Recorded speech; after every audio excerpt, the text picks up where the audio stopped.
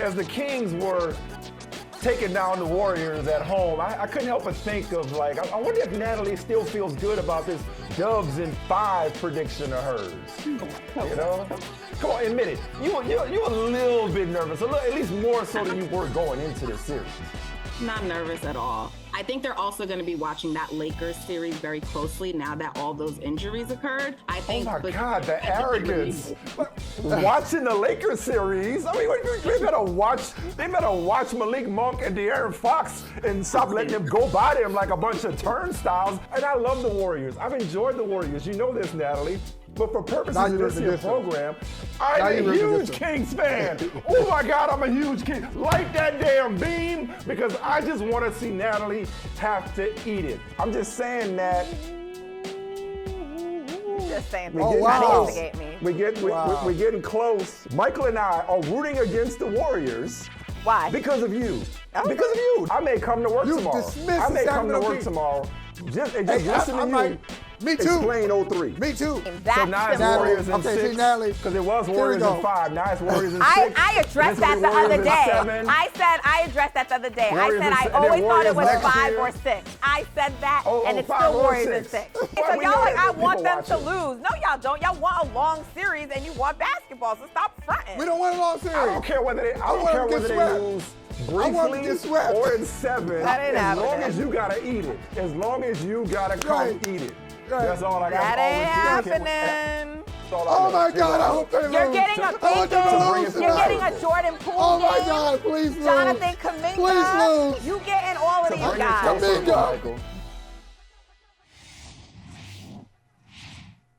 Kuminga.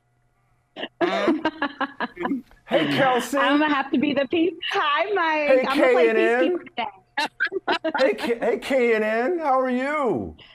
I just came to say hi to you. We haven't had a chance to do the show together, so I just figured, I was free. I just wanted to come and formally welcome you. It's been a while since we talked. How are you? How are you enjoying? They treating you all right? Everything good around here at Brother from Another? You good? Been good. Okay. Well, thank you for blessing the show. It's so much better with you on it now. I just wanted to say hi. That was all I had. Nat, what's up? Oh, that's all you had? He's not going to let you go. Hey, Nat. Hey, Nat. Hey, Nat. You want to watch me eat it? Well, Play nice. Michael, I'm so proud of you for coming on today and showing up and taking it like a man, because always. Holly's hiding, but you showed up. You showed up. And you know what? I shared with Twitter some of our conversation yesterday, because y'all were so adamant and so confident. And so I shared with Twitter what y'all had to say. I told them. By Twitter, you mean you sicked your minions on us, basically? I tweeted from the Brother from Another account. So here's some of what they had to say. This was like they know it's you. Just trying to egg a younger sibling on. They saw what y'all were doing for me. Twitter got it. They got it. And, look at this. Go clamp them ankles like Sabonis. See, they want me to go at y'all because of the way that y'all came for me. And Kelsey, what is it that they say? Listen to Black women? Oh, now yes. All the dub haters. Yeah, including Michael Holly and Michael Smith. So they were ready. Everyone kept messaging me, Michael. They said, did you text them? Did you text them? Because you were like, don't text me. Don't text me. I said, I texted them before the game ended. So that's it. I'm going to stop. I'm not going to say no more except that I was right. No, say all you want. The floor is yours. I'm the one that's not qualified. I'm not qualified to discuss basketball, apparently, so I should just sit this one out. Your exact text was, I forgot at what point in the game it was, and notice it did not, I don't have my read receipts on, but I read it and I didn't reply. It said, will the Kings even get to 100? That was your first text. Yes. They did not get to 100. Yeah, that was your first text. All I'll say is, I'll say one word. I'll say one word. No, listen, I win either way. I told you this. This ain't personal, it's business. If the Kings would have won, I couldn't wait to hear what you would have had to say. with the Warriors winning, can't wait to hear what you have to say. So it's my pleasure to show up. First of all, this is what we do. I'm old school. You know, you write something, you say something, you don't run from it. You come and you get what you deserve. Right. I deserve the smoke. But before you continue to give me the smoke, all I'm going to say is respect. And a wise man, rest in peace, Rudy T, once said, never underestimate the heart of a champion. Michael and I have been giving you grief about arrogance, when really the appropriate word is pride. It's pride. Should have seen last night coming a mile away, because that's what they do. When they stop playing around, they're hard to play with. But enough from me. You've heard enough from me. What did you see, oh wise one? Tell me what you saw. A wise one. You mean besides Wardell, Stephen Curry giving the Kings the business and reminding everyone who the actual best player in this series is? What else did I see besides that? Kevon Looney, you know, or Kevon Olunja. I can't even say it right now, but Kevon Looney. I can't even say it. Yeah. Moses Moody. Remember y'all were asking? Yeah. Who was going to show up? Moses Moody showed up. Did y'all see him? Because y'all were asking me he did. Who was going to show up. Who was going to step up? And they didn't even have Gary Payton. Yeah. Yeah. So, yeah, I mean, I saw a lot. It was a great game. They led from start to finish. They left from She's start right, to finish. Mike. So, yeah. Oh, go ahead, Kelsey, please, by all means. Yes, absolutely. Yeah. Save me. I don't need to say anything else at the risk of putting my foot in my mouth. Go right ahead. Look, I'm torn between the two, because Mike knows he's my New Orleans family, but Nat's my girl. And there's an important lesson to be learned from this, Michael, and this is for everyone out there, but it's listen to Black women. We know what we're talking about. And the word is she was prepared. You preach it to the choir. She did her homework. Hey, but I think Nat said it like. What does that Nat say? Go ahead, Mike. This is for you to come on. I was just going to say, Nat said it all right. I mean, we knew the Dubs weren't going to go down 3-0. Come on. Like, we just knew that wasn't going to happen. Yeah. If anybody thought that, I'm sorry. They're crazy. And like she said, they controlled that whole game. Now rebounded. They were physical. I got them winning the next game as well. We got a series. This is what we wanted from this. That's why the ticket prices are so high. And like she said, I mean, the players that needed to step up stepped up when it mattered most. And of course, when you have Steph Curry, and you could tell this team took it personal, how they were treated. Especially and they didn't like their brother Draymond Green being, excluded from this game. And they played their tails off. So I think the Warriors, again, they controlled the pace, and Kings got to go back and do some homework. Yes, it's not Kelsey. That I so much thought they were going to go down 0-3. Is that I was needling Natalie. I love to needle Natalie. Notice somebody said older siblings going at a younger sibling. Okay, so I love to needle my little sister. You're preaching to the choir on listening to Black women. And that is why I'm going to now exit stage left and let y'all have y'all show. I'm going to let y'all have y'all show. Y'all hold it down. Y'all keep it real. I'm going to go lick my wounds.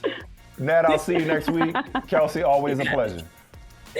Mike, we appreciate you. Right. Bye, Mike. Take it easy. What was the mindset in these last 48 hours? A lot of news coming out of the NBA office on Draymond Green and the one-game suspension. So how did you guys handle that? And can you tell me what he had to say to you guys as he addressed you yesterday?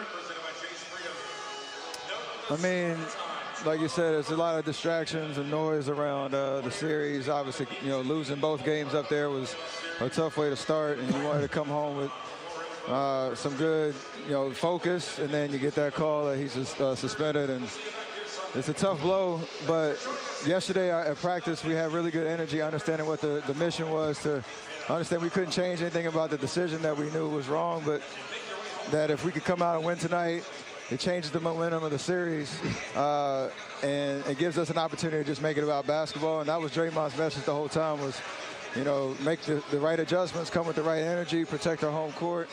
When he gets back on Sunday, we got to capitalize off of that and try to win and even up the series.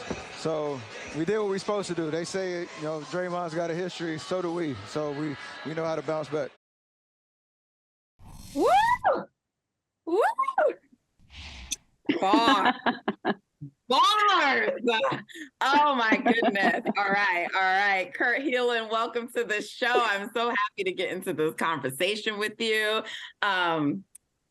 What did you think last night? Were you expecting the Warriors to win when you knew Draymond got suspended and then they announced that GP2, probably their second best defender, was going to be out? What were you thinking, Kurt Heelan?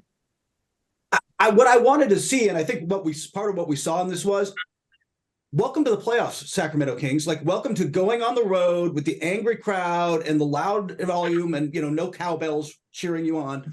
And like, how are you going to handle that? And yeah, they didn't. Like, part of that was they looked overwhelmed by the moment a little bit, didn't they? Like, they just, as much as the Warriors stepped up their game and played like champions, the Kings were like, whoa. So that's what I'm looking for, because I think whoever wins game 4 takes the series. And we'll see if they bounce back. We'll see what the Kings are made of, because what I would, if I were you, Natalie, and be thankful I'm not, because really you're way better at it. Like, I'd be worried about. There's a good Kings 3-point shooting game coming. They're not shooting well from 3 in the series, not just yesterday, but like through the series. They're not this bad at it. Like, and it's not just like the Warriors are playing great 3-point defense. They're just missing some shots. And the day is coming when they knock them down. If they do that, if that game is game 4, you're in trouble. If that game's game 5 at home, then I don't know. I think if the Warriors can win tomorrow, they get their mojo back, and it's still, I mean, obviously going at least 6, but like, I think whoever wins tomorrow, is that tomorrow or Sunday? Whatever day game 4 is. Sunday. I've so lost track of time. Whoever wins game 4 wins it all, wins the series. Yeah, Kurt, I gotta tell you, if it's a shootout, I still will take the Splash Brothers versus anyone if it comes down to it. But also something that Kurt emphasized last night for them that they finally started to do in the game was attack and go to the rim. If you remember back in game 1, they were in the bonus early and just kept shooting threes. I mean, the Warriors issues are their own. Like, they've imposed them because, I mean, the Kings don't have the rim protection, right? Like, so they could have just eaten at the rim and still could have found a way, but they, I don't know, they wanted to like really live and die by the 3. So Kelsey, what are your thoughts on this? Yeah, well, Kurt, thank you so much for joining us. And I want to go back to that bar that we just heard, Steph Curry drop, because I think there was so much into that. I feel like you could tell they took it personally, right? And we heard talk about how Draymond addressed this team. Obviously, Steph took that like, hey, we didn't feel like he should have been gone. Moody also addressed this. So how do you think his absence helped to motivate and propel this team into the game 3 win? Don't the best players, and I mean not just Steph Curry and the Warriors, but Jordan, good Lord knows, Kobe was the king of creating straw men to get angry about. Like, the security guard didn't smile at him coming into the arena. He was pissed off and going to take it out on somebody, right? Like, good teams find that fuel and motivate themselves. And we saw that. I think that's what we saw. Part of it with the Warriors was like, all right, they love the idea. I mean, how often have they gotten to be the underdog in like the last 4 or 5 years? Like, they finally come out like, everybody's against us. The league's against us. We can, rally around that. So yeah, they took that. And by the way, your point is great. This was the first game they played inside out all series. Like, they got into the paint and then started, rather than shooting over the top of what has been a better than expected Kings defense, like, give them some credit. Yeah. Yes. But they went inside and then went out. And then Looney was, I'm glad you brought up Looney, because you know what? Oh my God. He gets underrated from the finals last year, doesn't he? Like, he was pushing around a really good Celtics front line too. Kevon Looney was incredible in this game. I mean, I had to record a podcast after the show last night, and I'm like, I really don't know if I want to start Steph or Kevon Looney. I mean, what would they have done without him? All of the second possessions, the diving on the floor, and it was great that he remained out of foul trouble. But I mean, he was tremendous. And I just in general, I think Kevon Looney's so underrated in what he brings to this team. He was tremendous. he might be the best liked guy on the team too, like in the locker room, because they appreciate. Remember he had both hips worked on like his first couple seasons. Then he had the whole shoulder clavicle thing. He has come through so much to become a guy who plays. I mean, when he played a full 82 this year, like a guy who plays every night. If you'd said that 3 years ago, you would have got laughed out of the room, right? And the work by he's Warriors put in fans to too. be that guy. Yeah. Oh yeah. Everybody was down on him, and to get back to where he was is, well, the sign of somebody who went to UCLA, I think. Yeah, I love what he said here. Sometimes as a rebounder, you can just get in a zone, kind of like Steph and Clay with threes. He was in his rebounding zone. He was in his rebounding.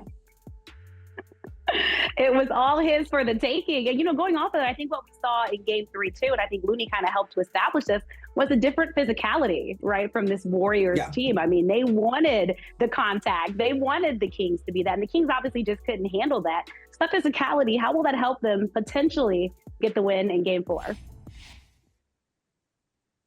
I think the Warriors know what they got to do, right? Yeah. I mean, the Warriors blueprint, I mean, outside of tweaks, they know what that's the blueprint. They know what they have to do. Yeah. And you got to make the Kings respond. If you're the number 3 seed, if you're really going to advance at some point, you're going to have to win on the road, Kings. Like, I think that's why I think game 4 is less, I didn't even think telling about the Warriors, because, we know who they are. It's going to be telling about the Kings and where this team is right now. Like how do they respond to adversity? Yeah. I mean, outside of playing inside out, I mean, the biggest thing was turnovers, right? Like if the Warriors don't commit the number of turnovers they did in the past 2 games, they likely win one of those 2 games at a minimum, and a lot of those turnovers were not like the Kings defense, even though credit to them, they've been better. It was just carelessness, like lack of focus, just, like, again, them doing it to themselves. And so, if they from this point on can play like that and not commit the turnovers, I think they're in a pretty good position, Kurt. I really do. Yeah. We're talking about those first 2 games, like they weren't blowouts. Thank you. It was Andrew Wiggins in game 2 kind of, but especially after Draymond was out, but game 1, Andrew Wiggins had a wide open 3 to put them ahead and just missed it. That falls, who knows? Like, and we're talking about this series very differently. So I think they're capable of winning on the road. I think they showed it. And I think I don't know. That felt like the Warriors last night. Now we'll see how Sacramento responds. I wish I had your voice of reasoning with me when I've been dealing with the Michaels all week, Kurt. I needed the backup. I could have come in and poked you. I could have come in and said, by the way, Natalie, 1 does not equal 4. Like, you got to do this 3 more times, man. Like I could have, like, there's still good reason for the Kings to be hopeful. It's just, they got to show it next game to me. Like, I genuinely believe they got to come out and show some real fight next game. Yeah. If they get rolled, watch out. Yeah. I mean, I expect a more competitive game, but I also expect Draymond, he owes this team. So, I expect a game from him. And Clay still hasn't put his stamp on this series yet either. Right. No. There's a lot of guys who I think could and need to step up in this series, frankly, from both teams. And we'll see. We haven't had a Herder game. Like, there's guys who are capable on both teams of just lighting it up. So that's what's going to make Sunday. Thank gosh it's Sunday, because I got to spend all day Saturday at, almost called it Staples, Crypto for the doubleheader. So at least I can sit home and watch Sundays. I want to move just going off of that. Go ahead, Nat. No, you go. Since we're talking a lot about the young guys, something that got Twitter buzzing a bit, we heard, according to Chris Broussard, that some of the young guys aren't happy with their role, right? Currently this series and want to see more playing time. Do you make anything from that? Because obviously, I mean, it's anybody's game. It's the playoffs, right? Anybody can step up, have that moment. And we're seeing a tougher first round series. But what do you think about that? I mean, how can Steve Kerr keep everyone, happy with their roles with this Warriors team? I mean, you got to play well. Yeah, I guess you got to earn those minutes. You got to earn it. You do got to earn it. Yeah. It's also, champions, Pat Riley used to call it the disease of me. Like suddenly you're on a championship team, you think you've got a bigger role, you should be doing more, you should have a bigger role.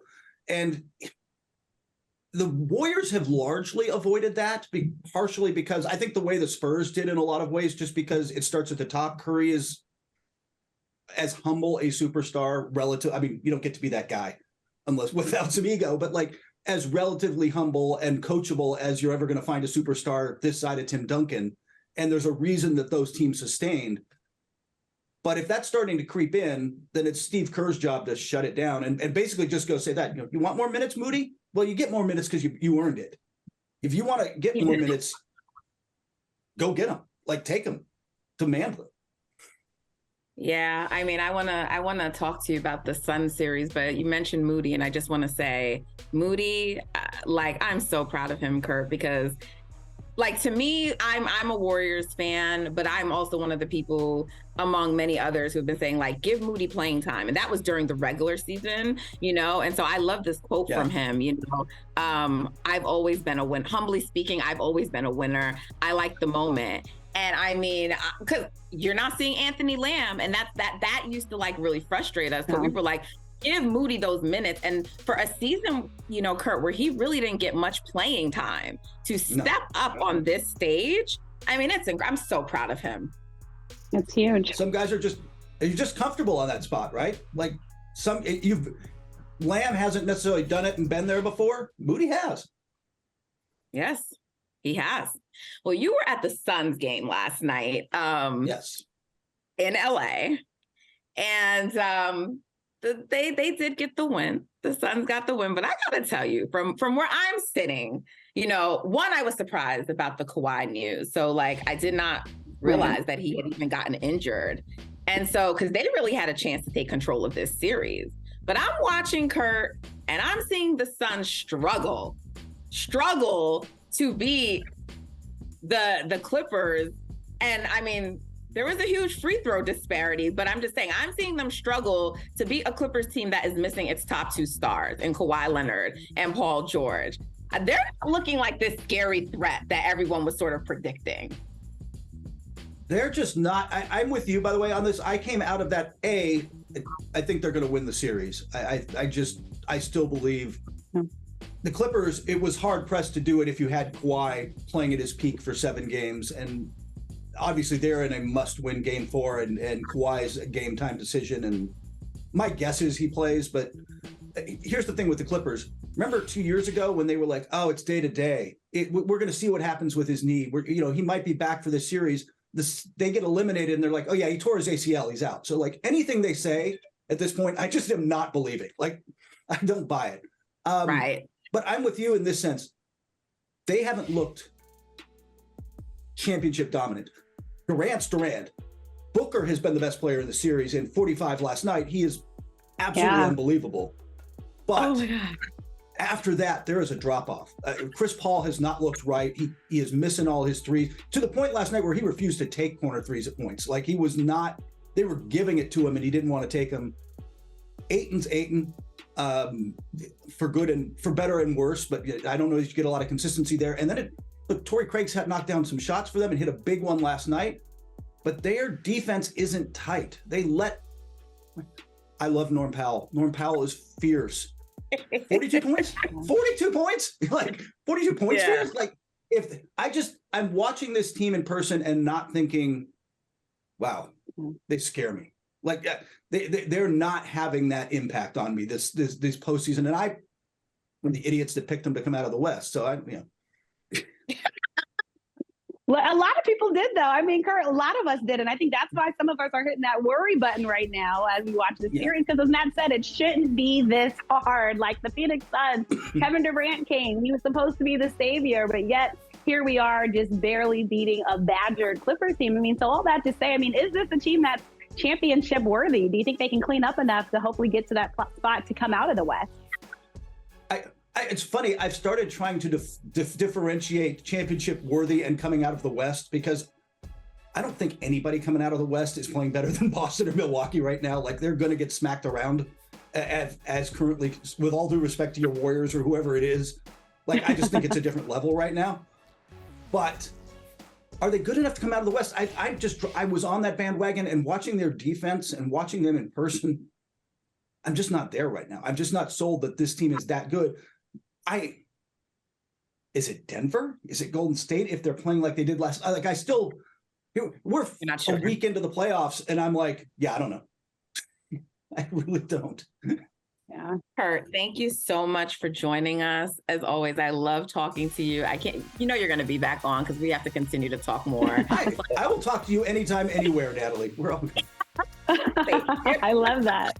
Thank you, Kurt. Have a great weekend, Kurt. You too.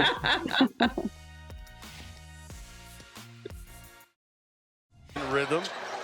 Burgess looking for Claxton, and he's able to throw it down, and then a lot of activity between Joel and Claxton.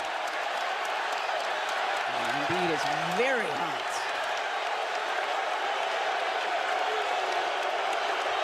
See what went down here on the other end of the floor. The lob goes up, and then Joel goes down, and wow. There was certainly an element of egging on when it came to Embiid. How did you think your team handled it? Okay. I mean, it is what it is. That's what teams do now. And then when you respond, you get suspended. So we got to be very careful. Doc's voice always tripped me out. So he says that at halftime, right?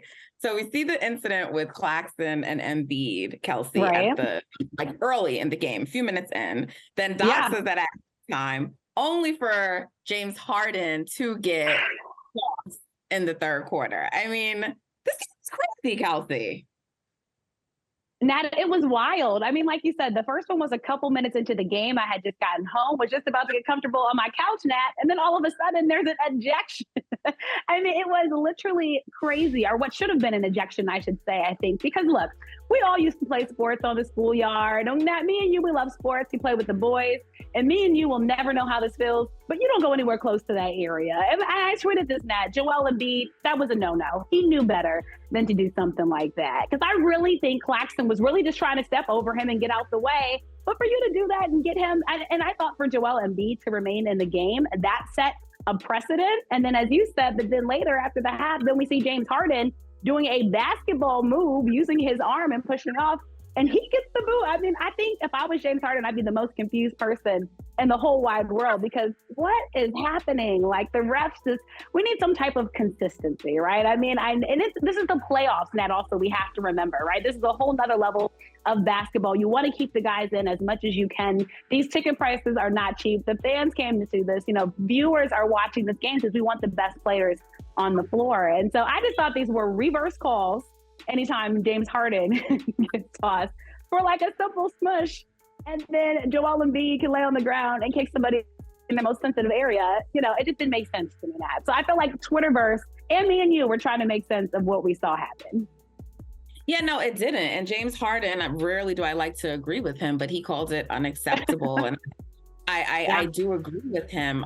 Because the way the sequence of events played out, right? It was the Claxton Joel Embiid incident, right? Right. And then later, early in the game. Yes, early in the game. Then you have this, and I mean, to me, it's really clear here, like, this was unintentional, whatever even happened by Harden. So like an ejection for that, like, give him a flagrant one, but like an ejection, it's incidental contact. It seemed really like a harsh penalty to eject him. And so then the game continues, and, Claxton had already picked up a technical.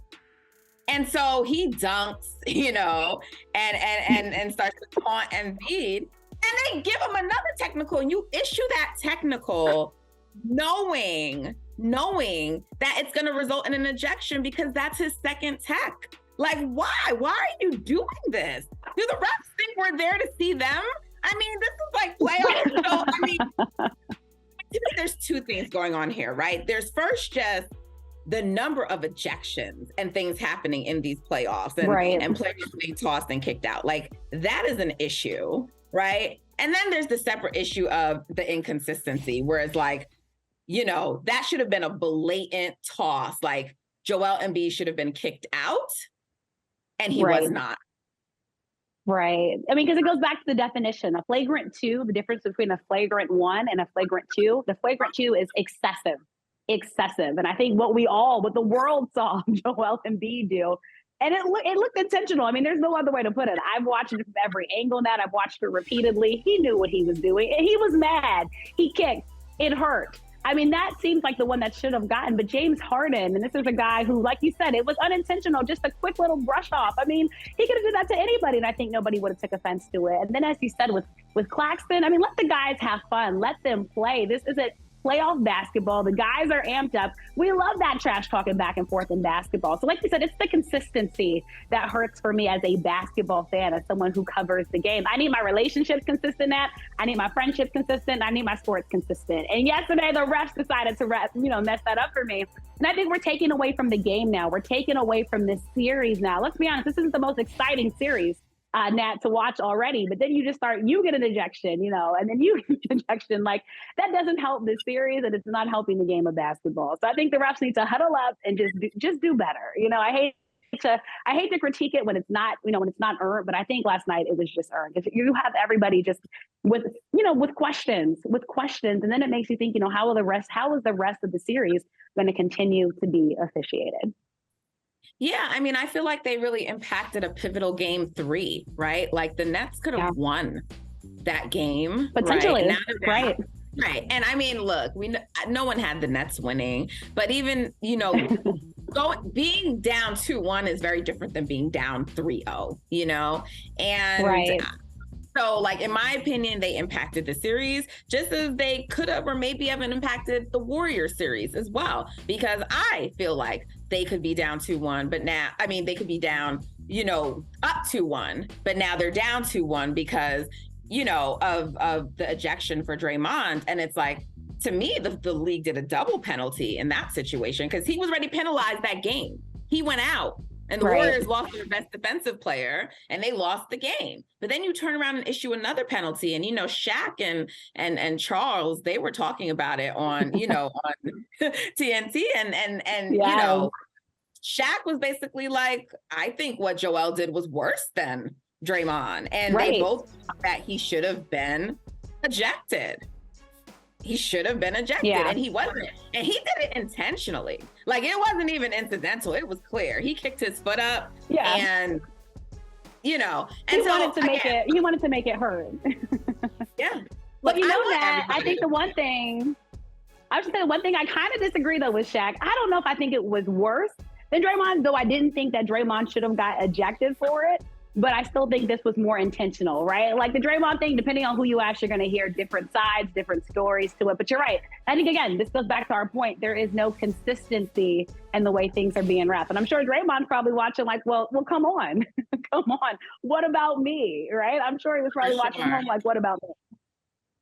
Well, when I say it's worse, and I don't know if it's their point, because everyone can debate, like, we're not Sabonis. We weren't on the floor. So I don't know, like, something can look like it's really like worse than it is, right? So you see him stomp, but I really don't know how hard the stomp was, but all the pictures and everyone replaying it, it just looks like there's crazy attack. I don't know. I do know that Sabonis is playing and seems to be okay with his bruised, and sternum, whatever. But I'm saying it's worse because Sabonis initiated that. He instigated it. Like, he is the reason why that happened. Like, the Draymond stomp, whether or not he should be able to control his actions, and he should, right?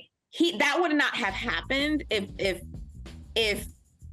he didn't do that, right? If Sabonis didn't do that. Whereas in this case, like, you just mad someone dunked on you, Joel, so you go like kick at them, like, that was and for like his pride. Yeah, like to me, that's where it's just like, it's worse. You know what I'm saying? Like, it's worse. And so, but you again, I want all players to play. So like, but that was just really egregious. And I'm like, if they're not going to look at it after the fact, he's not getting ejected. It just, I mean, we already knew that Draymond's suspension was a reputation suspension, but it just, to me, like, and I thought it was notable that Doc Rivers said in that halftime interview, like, you know, we got to be careful because then you get suspended. And to me, that was him sort of saying like, you know, like, it just doesn't feel like many people are with the league side on the suspension. Right. And I think also, you know, going back to your point, let's say Joel Embiid had got suspended. Think about how different that would have made that game. I mean, we were 3 minutes in that when this happens? 3 minutes into the basketball game. I mean, and you see, and the Nets, of course, didn't help themselves. Horrible turnover at the end of the game, obviously. But just think about how different a game that would have been. You know, we saw how different the game was, you know, when Draymond obviously, you know, got ejected from the game. And luckily the Warriors were able to bounce back. But like you said, it's just, this has to be cleaned up. I think it needs to be cleaned up quick. We got a lot more playoff basketball coming up. We got lots more people excited. But before we get there, it's like, come on, like, just come on, do better, be better. So we can all just watch the game of basketball that we love. It's that simple. It's that simple. Like, it's that simple. That's simple. I agree. All right, we got company. So why don't we break here and come back and we gonna talk some Knicks and Cavs. We'll be back. Their confidence is always at an all-time high. You can never tell when they're too high or too low. I'm not necessarily worried about them at all. Like it's part of the game to miss shots, and you're just gonna have to respond. It's just how the game of basketball is. It's all about how you respond in the series, and I'm not too worried about that. And the way that we hold each other accountable as a team, you know, we know that they'll bounce back, and we got their back.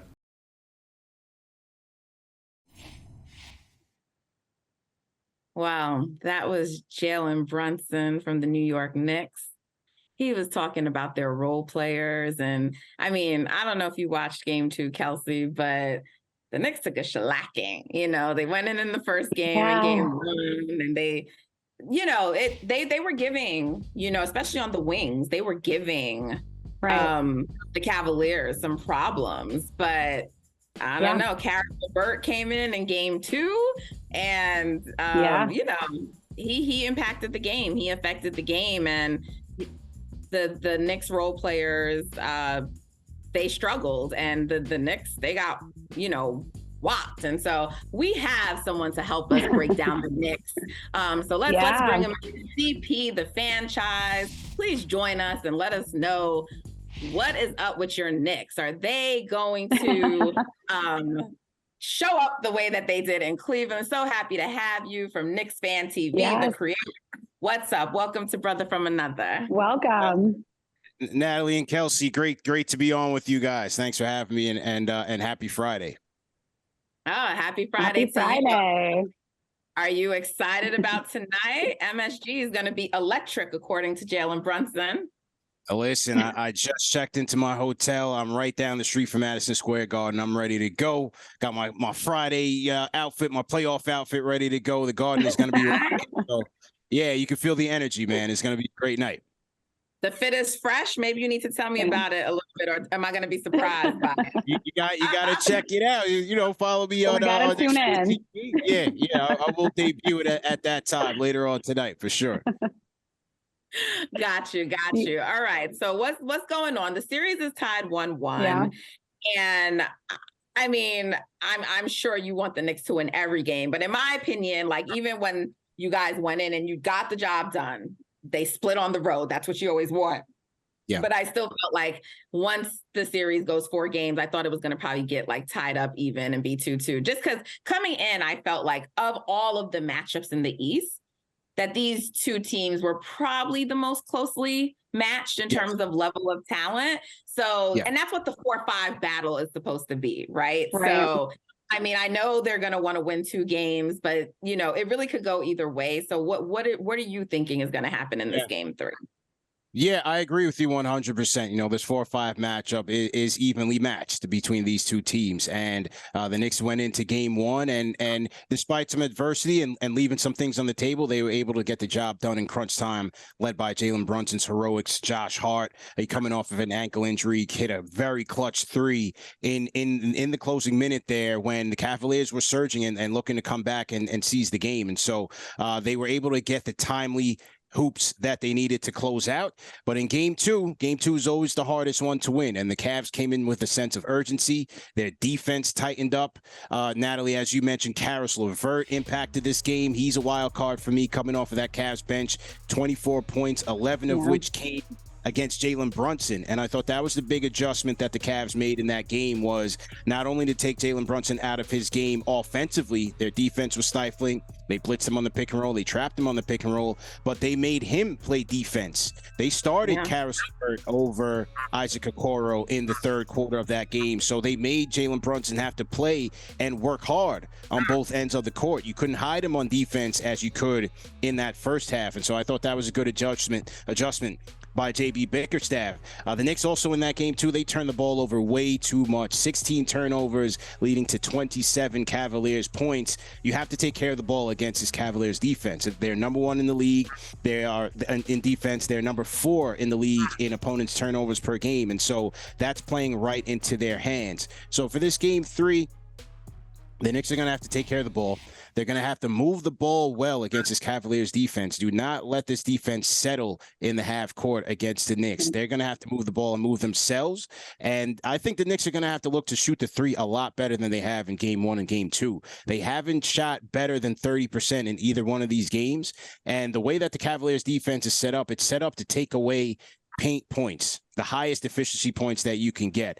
And so you will have opportunities on the 3-point line, but you're going to have to capitalize on that. And so far, the Knicks just haven't been able to do so. Not able to do so.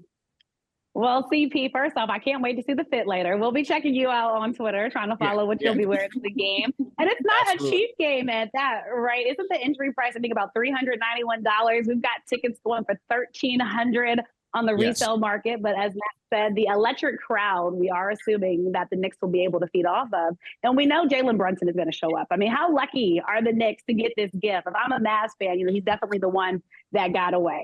He's the hey, big head text, because you just see him continuing to thrive and do well, with this team. And we also know Julius Randle. But I think some people are looking at who will the other guys be to step up for the Knicks. Let's say, there is an off night, for one of the stars on this Knicks team. Who are you expecting to step up now that the Knicks are going to be playing back home in front of the home crowd?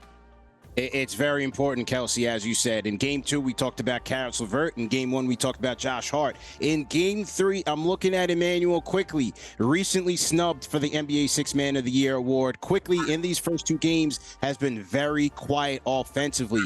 Next to Jalen Brunson, next to Julius Randle, Immanuel Quickley is the 3rd most reliable player on this team in terms of being able to create his own offense, being an engine for this team.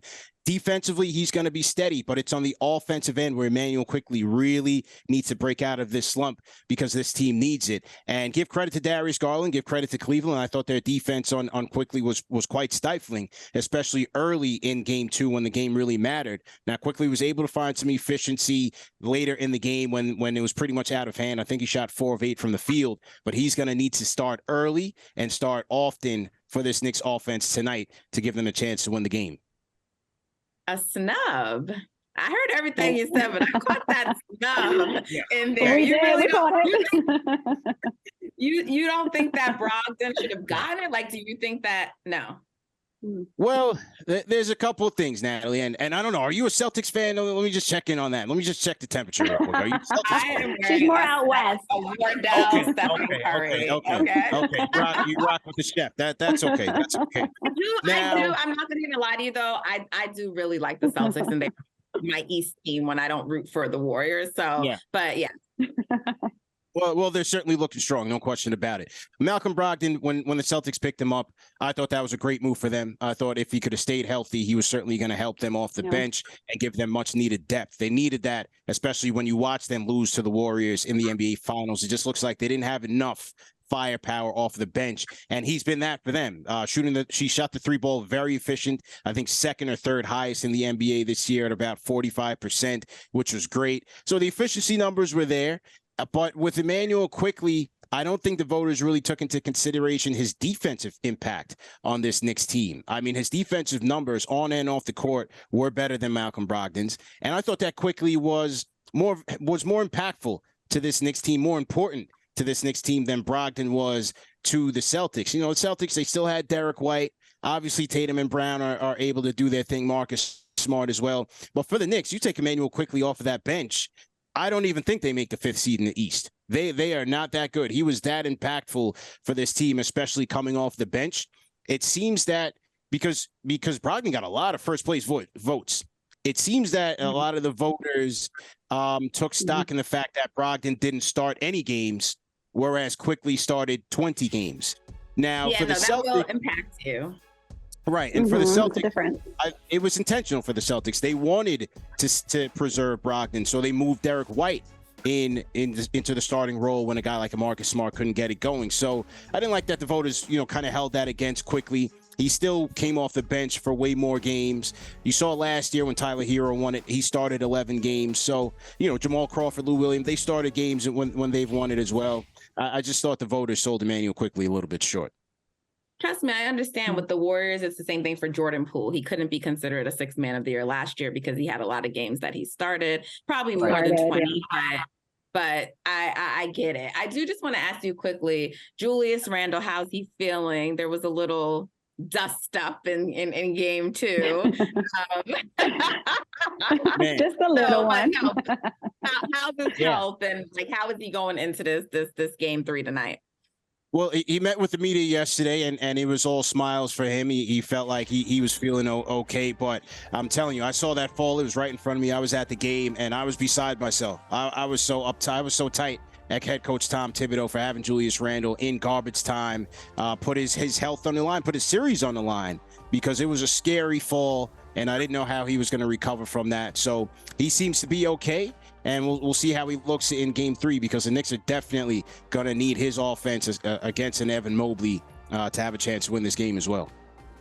Okay. Well, what I call the only interesting series in the East right now, I mean, Bucks Heat is a little interesting due to the injuries, I suppose, but the only interesting series in the East. So we'll see what happens tonight. CP, thank you for joining us. Appreciate you.